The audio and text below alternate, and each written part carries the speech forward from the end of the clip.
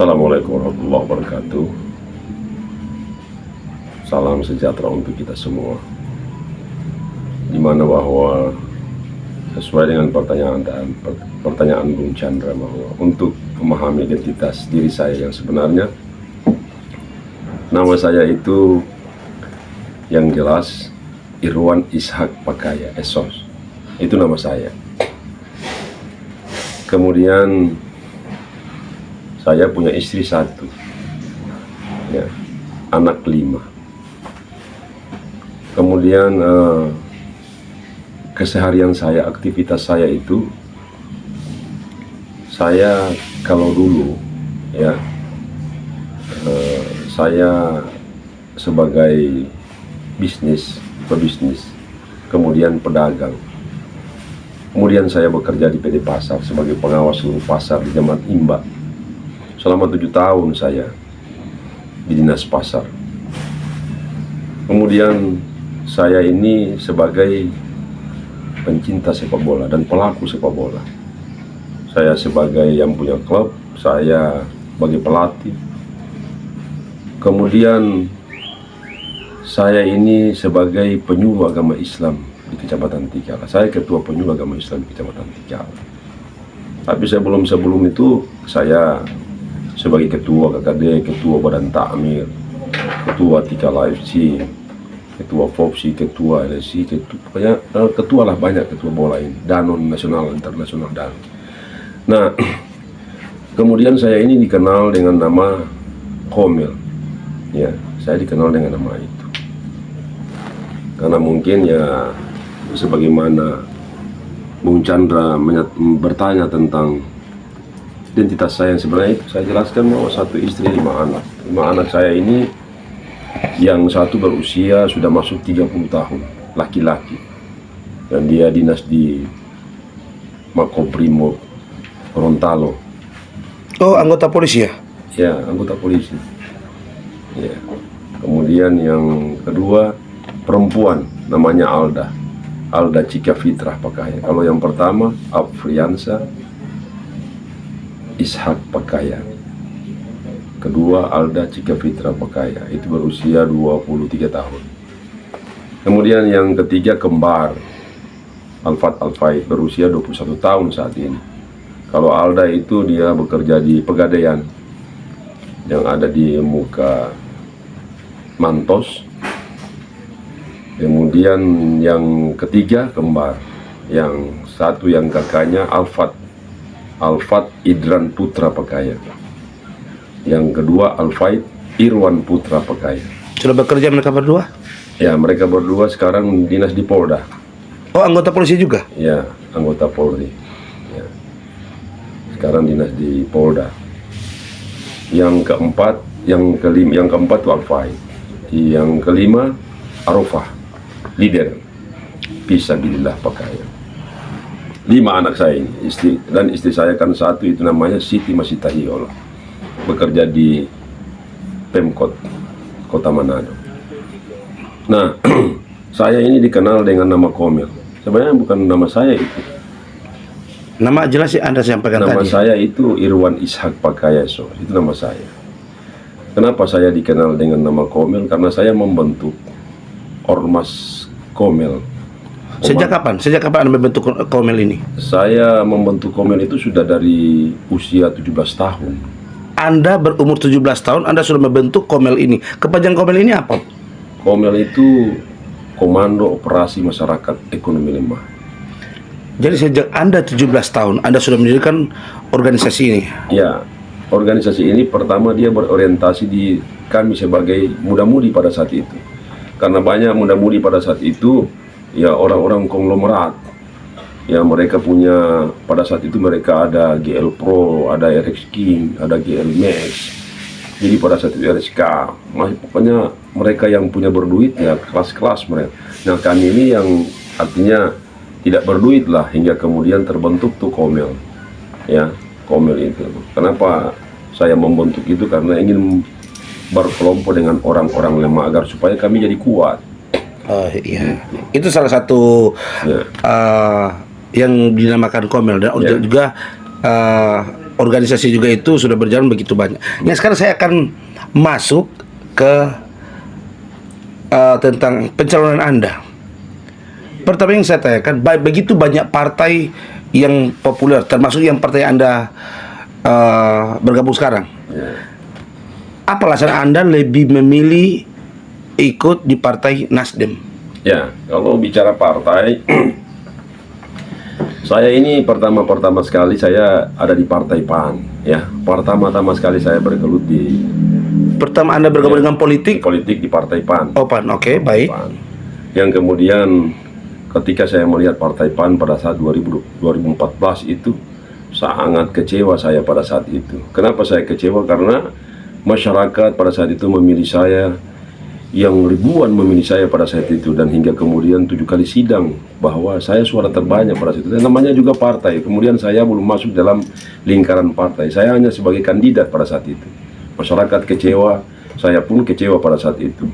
Akhirnya kemudian berjalan waktu 2019, saya masuk di Partai Hanura. Ya, pas Hanura saya masuk, kemudian juga terpolitisir.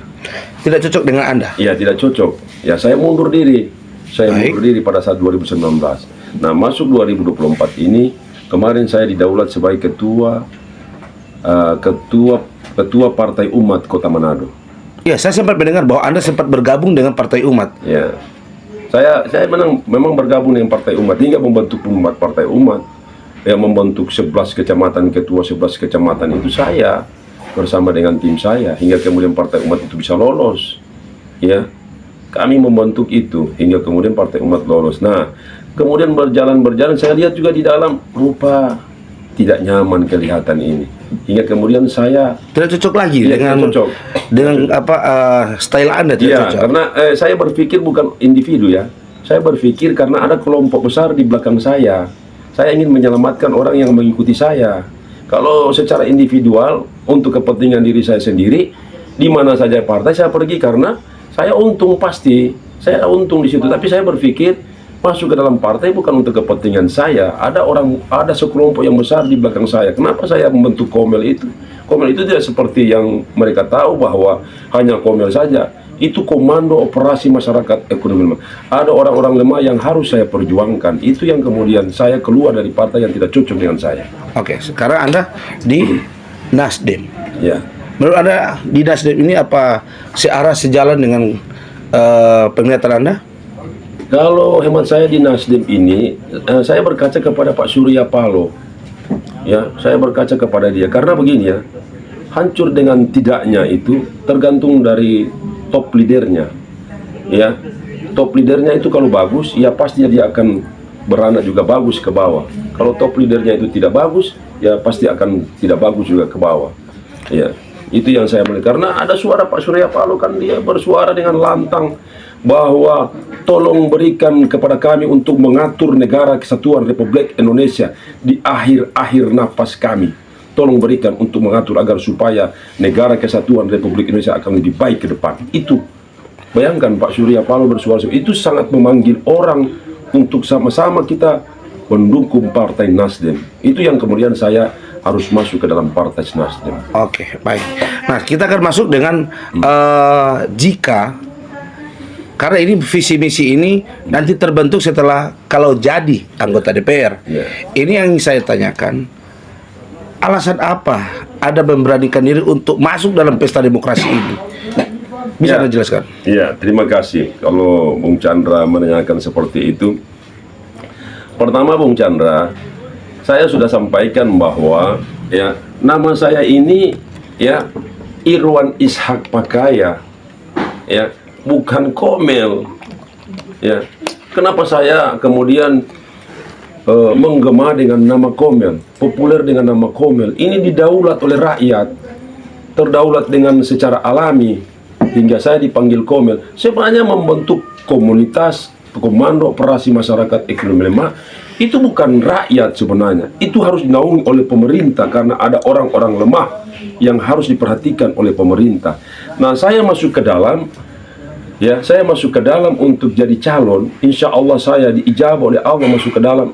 Insya Allah saya tidak akan menikung mereka. Saya akan mengawal amanah mereka. Ya, saya akan berupaya bagaimana cara mengawal. Kenapa? Karena cuman anggota dewan yang bisa bersuara langsung kepada wali kota menyampaikan tentang apa yang terjadi di lapangan, apa yang terjadi di masyarakat. Maka saya harus masuk ke dalam. Ya, saya bertemu dengan teman saya di Jakarta, di kantor KPK. Dia bilang, "Pak, daripada Bapak ini ngaung-ngaung di sini di kantor KPK, boro-boro Pak, buang-buang energi, lebih baik Bapak pulang ke kampung, kemudian Bapak mencalonkan diri sebagai anggota legislatif." Itu disampaikan ke saya. Kemudian suara Bapak yang lantang itu sampaikan di dalam ruang dewan tersebut. Oh, berarti salah satu juga inspirasi yang disampaikan di KPK juga? Iya, waktu saya kemudian aksi di KPK itu, 2014 itu, kami aksi di sana. Itu disampaikan oleh teman saya, kan kami aksi di sana. Nah, disampaikan, "Pak Komel, pulanglah ke kampung halaman, mencalonkan dirilah sebagai anggota legislatif, sampaikan kepada masyarakat bahwa Bapak insya Allah bisa berupaya untuk mengawal amanah masyarakat, apalagi masyarakat ekonomi lemah." Oke.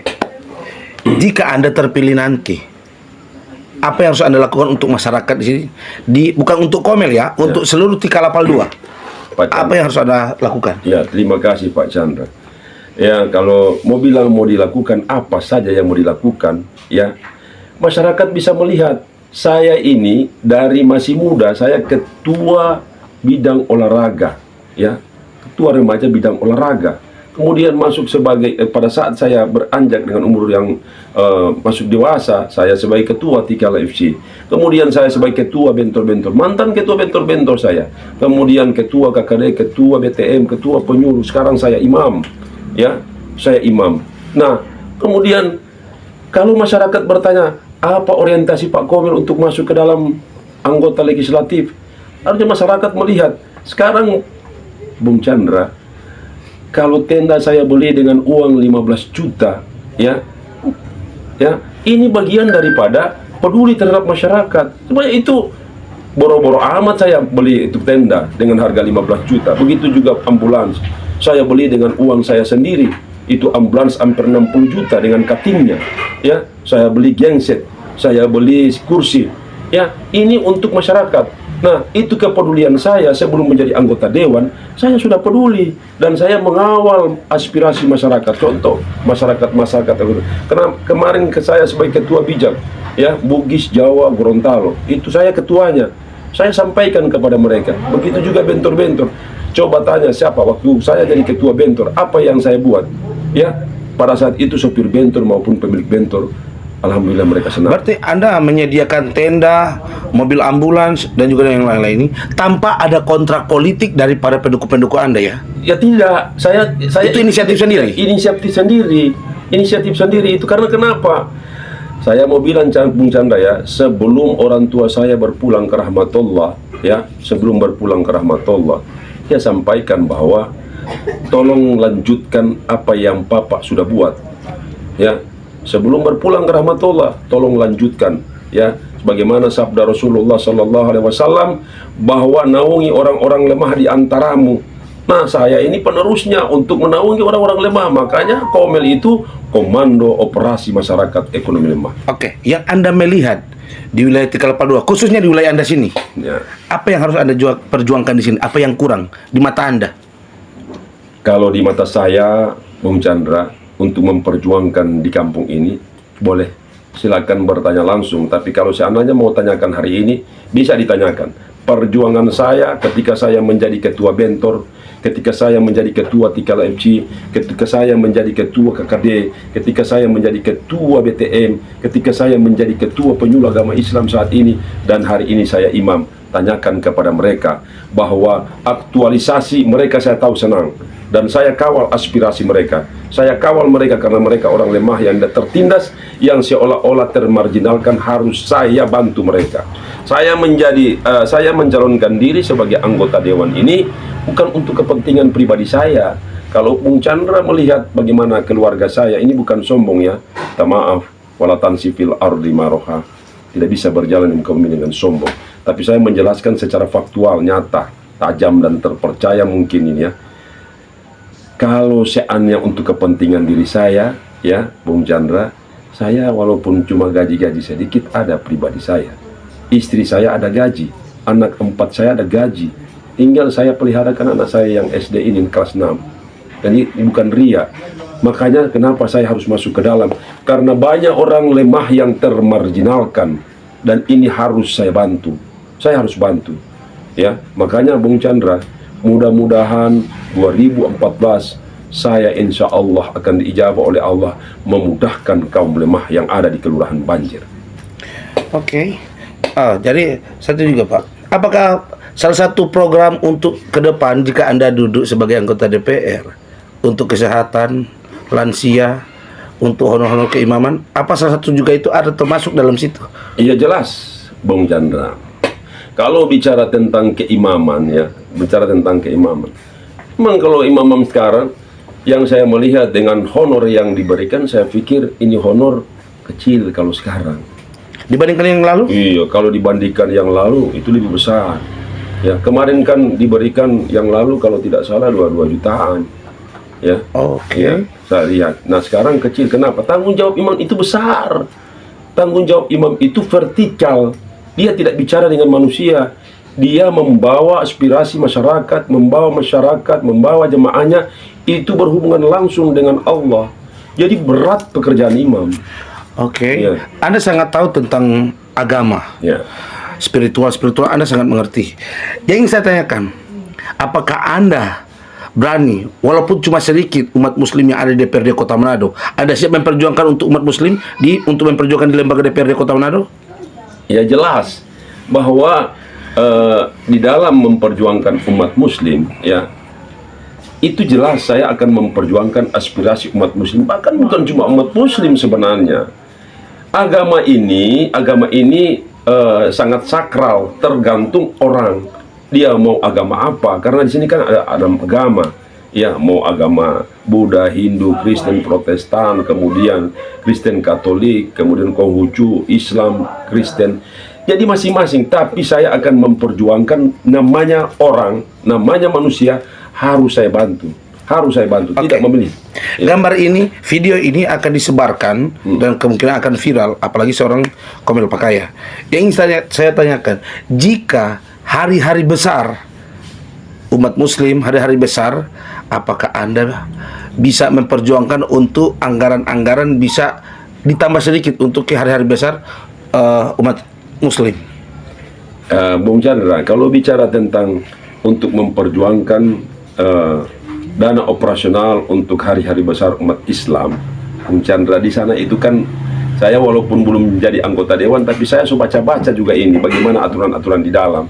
Yang di dalam itu kami hanya bisa mengusulkan, ya, dengan kecerdasan kami, dengan kejelasan, ketegasan, menyampaikan bahwa kalau boleh dana umpamanya PHBI diberikan sekian jumlahnya, kalau kemarin umpamanya jumlahnya itu cuma 20 juta, tambahkanlah 25 juta. Itu kan kemudian akan diketuk siapa pimpinan sidang, dan kemudian kekuatan orang yang duduk di dalam, kekuatan partai, berapa jumlah orang yang duduk di dalam. Nah, kalau seandainya kekuatan itu cuma sedikit, ya, sulit juga.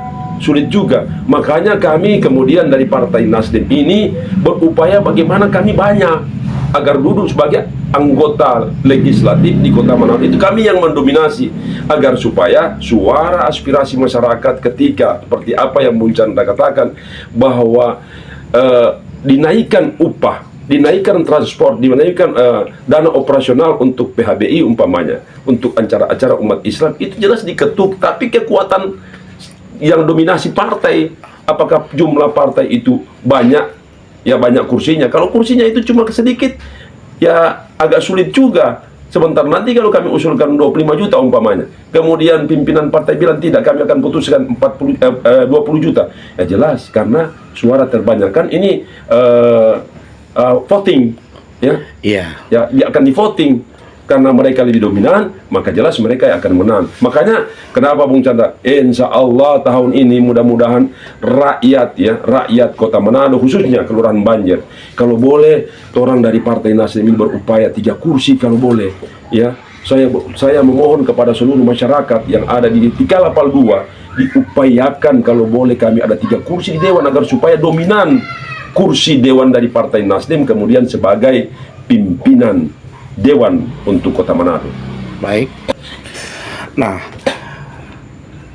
kira-kira Anda melihat kekuatan Anda di wilayah ini apakah cukup signifikan atau pokoknya seperti apa ya Anda melihat kekuatan Anda yang ada di sini?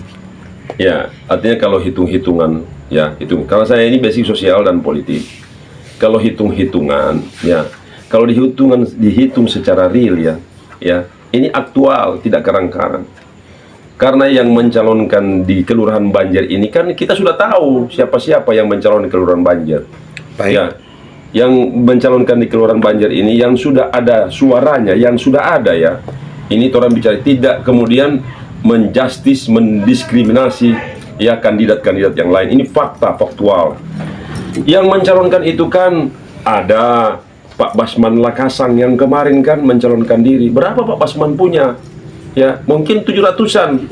Ya, hingga kemudian akumulasi Pak Basman duduk. Jubaida Sabali yang pertama-pertama. Jubaida berapa? 700-800-an pada saat itu. Ya. Ini yang sudah real yang pernah mencalonkan diri. Kemudian Madzhabul Ali ya mencalonkan diri. Itu sekitar 600-700 bisa juga ya di 600-700. Kemudian Ramli Hiola ya yang kita kenal yang Amoy itu di kampung sini 800 lebih. Ya, ada orang bilang 800 lebih, saya pikir 800 taruhlah 900. Ya, ini orang kampung. Yang kemarin dudukan orang kampung itu kan yang di kampung itu almarhum Tamrin Spair dan Basman Lakasang. Tamrin Spair kalau bisa dikatakan 700 lah taruh. Akumulasi mereka hingga akumulasi jadi duduk. Nah, sekarang saya ini yang real ya. Saya itu kemarin itu ada sekitar 1.500 sekian ya, karena dihancurkan dengan cincin. Ada yang rusaki itu kita apa itu suara hingga kemudian dia mengurang katanya rusak hingga pada saat perhitungan hanya ada 1.205 pelapang. Sebelumnya itu 1.500. Iya. 1.500 lebih. Iya. Karena diduga ada kesengajaan. Ada rekayasa ya, dan itu terjadi rekayasa itu, dan itu mereka sekarang ketika 2-3 tahun kemudian ribut mereka berkelahi dan kemudian mencuat itu bahwa terbongkar rahasia itu ya, bahwa Komel Pesuara itu dirusaki oleh seorang ibu, dan ibu itu tidak usahlah saya sebut namanya ya, tapi sudah diketahui oleh orang kampung, dirusaki suara saya. Kemudian jadilah suara saya ketika dihitung di KPU yang ada di laptop sekarang itu dengan KPU 2014 1.205 pelapang. Nah, Bung Chandra, kalau hitung semua yang ikut kandidat jadi dengan tidak jadi, kan saya paling banyak 1.258 itu tertulis. Nah, yang lain-lain ini minta maaf, ini belum mencalonkan diri, baru mau calon. Mereka sudah bilang bahwa ada 1.000, ada 2.000, ada 3.000, ada 7.000. Di mana 2.000? Apa Anda terpengaruh dengan itu? Saya tidak terpengaruh karena saya tahu ini. Saya tidak pengaruh. Standar saya itu melihat kandidat-kandidat orang kampung yang mencalonkan diri di kampung. Ya, orang kampung yang mencalonkan diri di kampung itu Amoy itu termasuk kuat dia. Kuat. Tapi ingat, kekuatan beliau pada saat itu saya tidak mencalonkan diri. Coba sayangkan, adaikan saya mencalonkan diri, kan tidak bisa dapat 800-an. Baik. Ya tak? Oke. Ya, jadi ini hitung-hitungan aja. Nah, sekarang saya mencalonkan diri 2014. Insya Allah masyarakat Banjar 2024 maksudnya? Ya, 2024 ini. Saya insya Allah, saya selalu berdoa insya Allah. Ya Allah, Allah Maha Kuasa. Ya Hayyu Ya Qayyum. Insya Allah. Ya Hayyu Ya Qayyum birahmatika astagis. Hajati Alik 2024 atas nama Irwan Ishak Pakaya. Insya Allah, Allah ijabah. Karena maksud saya, demi Allah, maksud saya ini hanya mengawal aspirasi, dan kita harus berubah Kelurahan Banjar. Kelurahan Banjar itu 8.000 lebih pemilih, 8.900 sekian. Berapa lingkungan? Itu 7 lingkungan. Ya, kenapa tidak bisa ada anggota dewan? Kenapa tidak bisa? Maka saya yakin 2014 mudah-mudahan masyarakat Banjar. 2024. Ya, 2024 ya. 2024 ini insya Allah masyarakat Banjar bersatu, mereka bersatu padu dengan slogan harus pecahkan mitos 2024. Oke, terakhir harapan Anda kepada masyarakat Tikalapadoh khususnya di wilayah Anda. Harapan Anda, silakan. Ya, harapan saya untuk masyarakat Tikalapadoh Pertama, saya mau sampaikan kepada seluruh masyarakat, kalian jangan melihat tatapan saya. Tatapan saya, banyak orang katakan bahwa dia sadis, seram ketika melihat tatapan saya. Tapi harus kalian lihat aplikasi yang saya buat, kenyataan yang saya buat. Ya, kalian lihat itu, lihat dalam isi hati saya dan pikiran saya, apa yang saya buat selama saya menjadi ketua ormas spiritual maupun ormas kelurahan Banjar. Saya kepada seluruh masyarakat, itulah kalian harus berubah ini, karena ada regenerasi akan datang. Kalau seandainya, kan ibaratnya begini, falsafah menyatakan tidak mungkin seekor hewan, kalau dia sapi atau kerbau, kemudian sapi itu atau kerbau dia hamil, tak mungkin dia akan melahirkan kambing. Ya, sapi tidak akan melahirkan kambing. Begitu juga kerbau tidak akan melahirkan sapi kalau dia hamil. Yang pasti kerbau ketika dia hamil dan dia akan melahirkan anak kerbau. Begitu juga sapi. Sapi ketika dia hamil dan melahirkan, dia akan melahirkan anak sapi. Kuda juga begitu, ketika dia hamil dan dia akan melahirkan, dia pasti akan melahirkan anak kuda. Begitu juga kita sebagai insan manusia yang ada di Kelurahan Banjar. Wahai masyarakat Banjar, kalau seandainya orang-orang tua itu baik, orang-orang tua itu berhasil, insya Allah regenerasi yang akan datang di Kelurahan Banjar juga akan berhasil. Karena kenapa? Orang-orang tuanya berhasil. Saya insya Allah tidak ria. Saya sudah mulai dari negara kecil, ya, dari kelurahan kecil, dari skop yang kecil, yaitu keluarga. Saya berupaya bagaimana istri dan anak saya, mudah-mudahan mereka berhasil, dan alhamdulillah. Kalian bisa lihat sendiri. Minta maaf, saya tidak sombong. Ya, ada hadis menyatakan walatan sipil ardi maroha. Saya tidak akan berjalan dengan sombong, karena sombong itu adalah milik Allah. Tapi ini upaya, harapan saya kepada seluruh masyarakat Banjar. 2024, tolong kita pecahkan mitos. Jangan kita pragmatis. Kalau kita pragmatis, hancur kampung ini. Pragmatis itu artinya kita melihat uang. Dengan uang 250 hanya per menit, 1 hari kalian pakai, tapi kalian akan merugi 5 tahun.